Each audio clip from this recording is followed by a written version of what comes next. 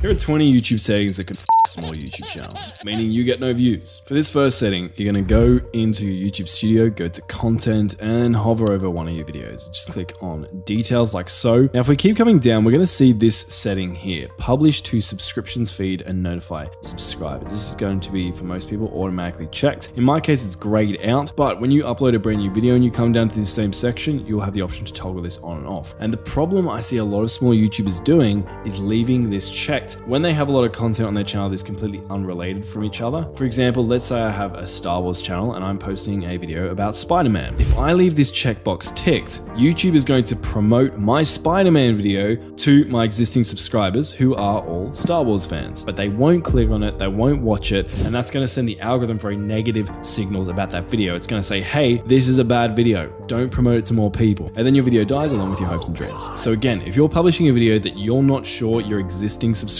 no matter how small your channel is, are going to want to click on and watch, uncheck this button. Yes, the video will grow much slower in the beginning, but it's not going to get the wrong data through YouTube promoting your video to your past subscribers who aren't going to be interested in that content. Next thing I want to show you, also on this same video page, just below the playlist section, and it's called the copper section. Basically, you need to accurately designate whether or not your video is made for kids or not. When we say made for kids, just because kids would find the video interesting doesn't mean it's made for them. In this case, kids is defined as people under the age of 13. And I think we could safely say that kids would be interested in watching Marvel movies. It doesn't necessarily mean, though, that Marvel movies are specifically designed for people under the ages of 13. There just happens to be some audience overlap. On the other hand, Peppa Pig, probably appealing to many people under the ages of 13. However, most older audiences are not going to be interested at all. And so it'd be safe to say that Peppa Pig is designed for kids. Hope that makes sense. Now, why this is important is, one, if you misdesignate this, technically you could cop a very expensive fine, although I haven't actually seen it happen. The other thing to be aware of here is that if you check yes, this video is made for kids, the video is going to have very limited options. There's going to be no comments, you're not going to be able to make money from the video, and a whole bunch of other annoying things. A little bit technical as well, but really important to get this one right. The next setting, we're going to scroll a little bit down from where we just were, still on the video page, and we're going to come to allow automatic chapters and key moments. Chapters are when you see the video play bar on YouTube broken up into segments with a title for each segment. Now, you can create chapters manually, like I'll briefly show you how to do in a second, or you can allow YouTube to automatically chapter your videos. The problem with this, YouTube's AI is still not very good.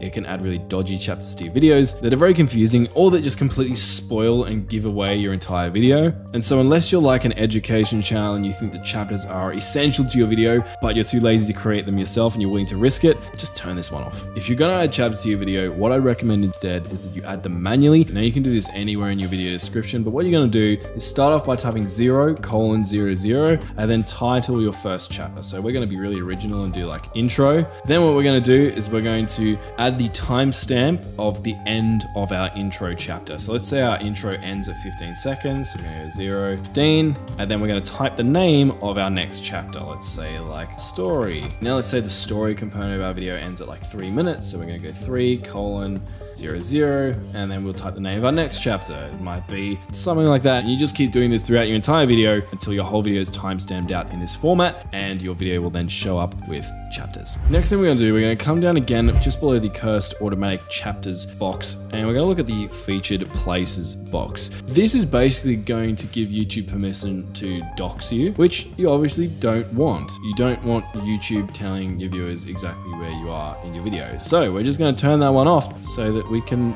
not get stalked by our viewers. Now, automatic concepts, I would probably turn this one off as well, because again, you're relying on YouTube's AI to know exactly what your automatic concepts are. It is an experiment at this point as well, so turn it off just to be safe. If there's something really that confusing, then you should probably clarify it in your actual video. Now what we're gonna do, we're gonna keep scrolling down and we're gonna come down to this section, licensing and distribution. Now this is gonna default to the standard YouTube license, which doesn't kill your videos, but it makes it more difficult for other people to reuse your content. My controversial opinion is anyone reusing your content is free marketing for your videos, and if their content happens to do way better than your video, then it's a great case study for you to learn from. If they reuse your video and it gets like 10 times the amount of views as you can look at that and be like, hey, what did they do that made them successful, and how can I do that but better in my next upcoming videos? So it's win-win either way. So what I would do is click on here and change this to Creative Commons Attribution, which is going to give other creators permission to reuse your content in their videos. This next one, beginners do this all the time, and it